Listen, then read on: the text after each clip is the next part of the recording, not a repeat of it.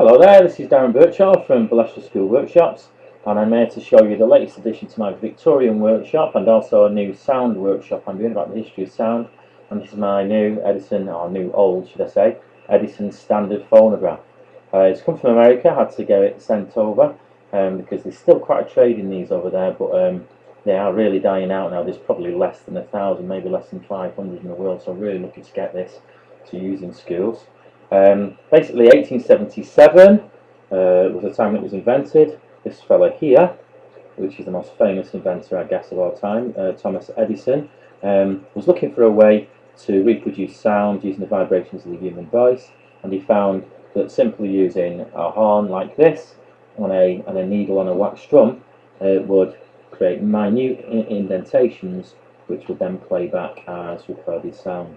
So it really was the whole start of everything to do with recorded sound, radio, records of course, and MP3s nowadays. And you can see his self-publicity knew no bounds. Absolutely everything he produced seemed to have his name and his picture on. And he's one of my heroes. Edison is just an incredible man. He's very dedicated. He set one of the first people to set up a factory system for inventing things, not just making them, but actually inventing things. So the phonograph was actually made to his design by his laboratory assistants. To make it any less of an invention, or the idea was still his, but it was just incredible. And he was supposed to have been absolutely flabbergasted when it actually played the sound back, absolutely blown away. He never actually thought it would work. He spent years trying to get it to work. But there you go. So without further ado, let's have a look inside. Now it comes with a winder here, which I've already used to wind it up because of course controlling the camera here as well, it's a bit tricky to do both. But I'll just show you quickly how it works. So there we go. As you can see, it's had plenty of TLC, it's had a good cleaning up. It's got a brand new reproducer. This is a copy of a reproducer, and the reproducer just basically contains a needle and a diaphragm inside that makes it work. It's great for schoolwork, of course. You can actually see the tangible connection with the vibrations and the production of the sound. Again, self-publicist Edison made sure that everything had his own signature on, Thomas Alva Edison, and his name on there. And then got this, which is really, really nice. This is the registration plate, the serial plate, and this gives you all the patents. He was quite obsessed with protecting his properties, intellectual property and the physical inventions, and every single one of them comes with a serial number, which you can't quite see here, which you can find out easily on the internet about when it was made and so on. So this one was made in 1898. So I'll give it a good wind already because, as I said, it's hard to do it with one hand when I'm controlling the camera. But I'm going to put a cylinder on now and I'll show you how it plays. They're actually called records, which of course just comes from the term to record. And you have to be very careful. They're made of wax, not wax in the traditional sense like a candle, but wax mixed with I guess it's a form of plastic. I'm not really sure the exact chemicals, but it makes it a bit tougher, but it's still nonetheless quite delicate. I actually, just by picking one up the other week, it actually just burst in my hands just with slight pressure on the inside, so just be incredibly careful. Okay, so what I'm going to do, I'm going to lift the reproducer up. It's got a sapphire needle in, if you can see it.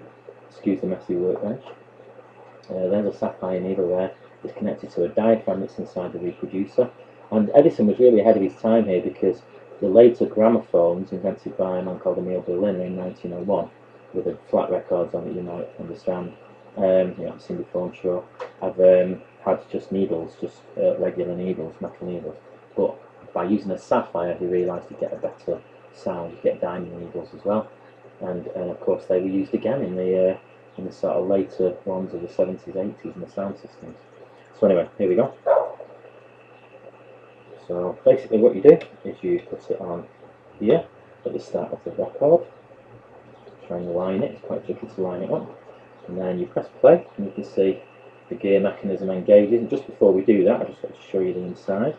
Now I got this hasn't been played for 50 years when I got it, and I've literally just tweaked it inside, just a little bit of WD-40, and it's working absolutely amazing. This is the governor here, you see the governor sets the speed, and as I set it going again, it contracts, and it can only go so far, and that's basically limits the speed. Okay, so without further ado, let's get back on. Okay, set it spinning.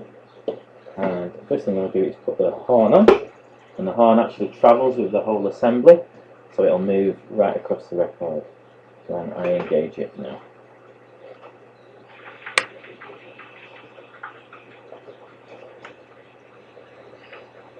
We get it right. Helps if you line it up.